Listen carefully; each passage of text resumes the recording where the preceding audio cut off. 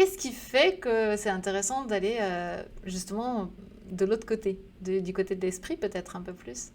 Alors, il y a plein de choses effectivement, qu'on peut mettre en place. Donc déjà ça, c'est une bonne nouvelle et je sais en fait quelque chose que moi j'aurais aimé savoir. Que finalement, j'avais pas forcément à subir, mais je pouvais vraiment agir et c'est quelque chose que j'ai pas suffisamment fait. Et donc j'ai pas suffisamment fait pour plein de raisons et je pense que les personnes qui nous écoutent en ce moment, eh bien, sont peut-être dans le même cas de figure, quoique on commence un peu plus à en parler. Mais ce qui était pour moi important, c'est de me rendre compte à quel point l'univers médical, quand on n'y est pas familier, eh bien, c'est quelque chose d'un peu opaque. Oui, on a des explications, mais finalement, qu'on comprend presque qu'à moitié. Il y a des questions qu'on n'ose pas poser. On ne comprend pas forcément toute la mécanique. Et surtout, ce qui se passe en général, c'est que c'est focalisé sur uniquement le côté un peu mécanique. On est un peu plus côté ovocyte, spermatozoïde, oui d'accord, mais ça fait partie du corps humain et le corps humain il est bien plus complexe que ça. Et c'est intéressant quand même de comprendre que bah, les reins ça peut jouer un rôle, que le foie ça peut jouer un rôle, que la partie inconsciente elle joue un rôle énorme. Et en fait c'est tout ça que j'ai eu envie de synthétiser et surtout de vulgariser pour l'expliquer de la manière la plus simple possible. Et donc j'ai fait en sorte finalement eh bien, d'allier des connaissances qui sont à la fois physiologiques, qui sont scientifiques aussi, parce que tout est toujours basé sur des études scientifiques. Évidemment, la psychologie, c'est super important pour moi, mais il y a aussi toute une partie de méditation de pleine conscience, il y a toute une partie de visualisation pour travailler aussi bien au niveau physiologique que émotionnel. Parce que c'est un peu ce qui nous manque finalement. La médecine, elle est géniale, elle accomplit des choses qui sont extraordinaires, avec encore un peu trop peut-être aujourd'hui un focus uniquement sur le côté mécanique et pas suffisamment global. Donc c'était un peu cette approche que j'avais envie de proposer. Et qu'est-ce qu'on sait alors du coup du rapport justement entre la psychologie, tu parlais d'études scientifiques, est-ce qu'on sait un petit peu quel est le rapport, je sais pas moi, est-ce que dans un parcours de désir d'enfant, l'esprit c'est 50%, le corps c'est 50%, enfin peut-être qu'on ne peut pas savoir ça comme ça, mais qu'est-ce qu'on en sait? Alors, qu'est-ce qu'on en sait? Effectivement, malheureusement, j'ai pas de statistiques à te donner sur le sujet, sur la proportion de l'un ou de l'autre, parce que effectivement, il ne faut pas se voiler la face. Il y a aussi toute la partie pathologie, je pense notamment l'endométriose, l'adénomiose. Enfin, il y a tout un tas de pathologies.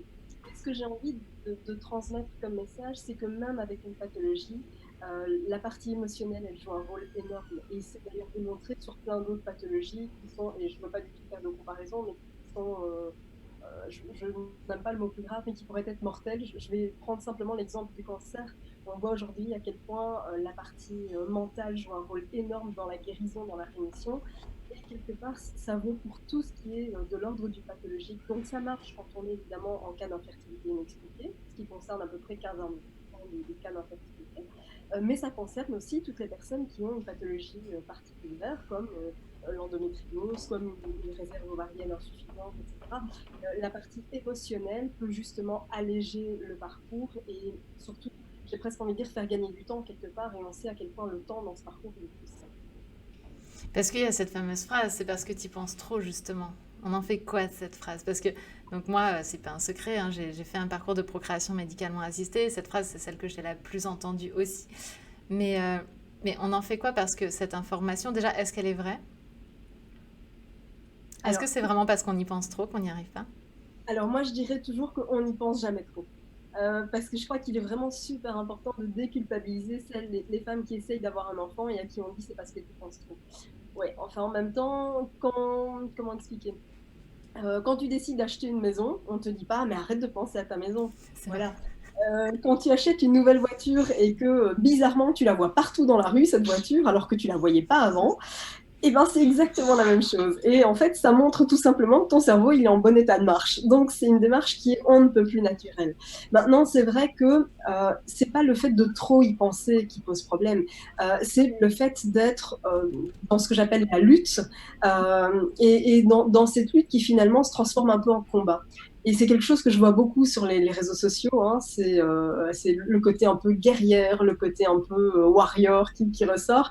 Et oui, je préfère utiliser le mot courage parce que pour passer en PMA, franchement, il faut une dose de courage incroyable pour traverser toutes ces épreuves-là. Et pas que en PMA d'ailleurs, hein, je pense à tous ces parcours qui sont compliqués. Je crois qu'il faut vraiment une fameuse dose de courage. Mais je préfère ce côté courage que ce côté warrior parce que ça engendre un côté de lutte qui finalement est contre-productif. Tu ne luttes pas contre toi-même, au contraire, il faut accueillir, tu vois. Mais alors, comment on fait pour passer voilà, moi aussi, je me suis sentie en mode warrior. Et comment on fait pour passer de justement ce mode warrior qui est un petit peu le mode quand même qui nous est proposé socialement quand on veut quelque chose. Enfin, quoi qu'on veuille, quoi, si on veut obtenir un examen, un travail, je ne sais quoi, enfin dans la vie, peut-être que c'est aberrant de comparer, mais en attendant, c'est le seul moyen qu'on nous a présenté pour réussir à obtenir ce qu'on veut depuis qu'on est enfant. Comment on fait pour passer d'un mode warrior à un mode courage? Je sais pas Alors, si je suis claire. c'est super clair et c'est super intéressant parce que c'est effectivement un modèle de société, tu vois. Et ce qui est intéressant, c'est de comprendre que le mode warrior est associé à un côté de lutte, tu vois. Le côté courage, tu pourrais l'associer à de la ténacité peut-être, tu vois, au fait de ne pas lâcher ton projet. Mais ne pas lâcher ton projet, ça ne veut pas dire être en lutte permanente. Tu n'es pas en lutte contre toi, tu n'es pas en lutte contre les autres qui arrivent à être enfin, tu n'es pas en lutte contre ton état d'esprit, par exemple, au contraire. Et plus tu es dans l'acceptation, plus tu vas être dans l'accueil des émotions, parce que c'est pareil, tu vois, quand tu es en désir d'enfant, les émotions, tu te prends les montagnes russes en permanence, c'est quelque chose où tu es dans le grand 8, ça monte, ça descend, ça monte, ça descend. Et plus tu vas être dans le fait de lutter justement contre ce que tu ressens, plus c'est dommageable finalement. Tu vois, et ce qui est intéressant, c'est simplement d'apprendre à accepter ces émotions et te dire que bah, ces émotions, si elles sont là, si tu les ressens, c'est qu'elles ont simplement un message à transmettre. Accepte-les, accueille le message et ça ne veut certainement pas dire lâcher ton projet, au contraire, tu vois. C'est ça qui est compliqué parce que, en fait, là, ce qui est intéressant, c'est que il y a deux choses. Il faut pas lâcher le projet, j'entends.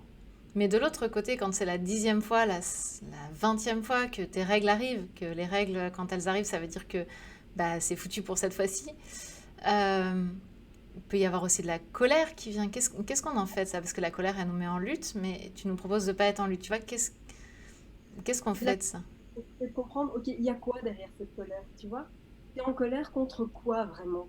Parce que souvent on se dit, ouais, je suis en colère contre, je vais dire, je vais prendre un exemple, je pourrais dire, je suis en colère contre ce corps qui fonctionne pas. Mais est-ce que elle est vraiment là, la colère? Je suis pas sûre, tu vois. Et à force de gratter, tu finis par te rendre compte que ta colère, en fait, tu la déplaces sur quelque chose d'apparent. Mais au niveau inconscient, la colère, elle est certainement bien plus ancrée que ça. Il y a d'autres choses qui font que cette colère, elle émerge. Et c'est d'aller justement creuser ça pour apaiser cette colère. Et c'est pour ça que je ne travaille pas qu'avec un seul outil, mais je mets vraiment toute une boîte à outils à disposition des patientes, et bien pour qu'elles puissent justement aller piocher dans la boîte à outils l'outil qui va correspondre justement le mieux à l'état du moment, tu vois. Et cette fois-ci, ce sera peut-être une visualisation. La fois suivante, ce sera peut-être une méditation. La fois d'après, il y aura peut-être plein d'autres outils qui seront utiles, mais justement pour ne plus être dans cette lutte, mais plutôt être dans l'accueil. Tu vois. D'accord. Et encore une fois, ça ne veut pas dire nier la colère.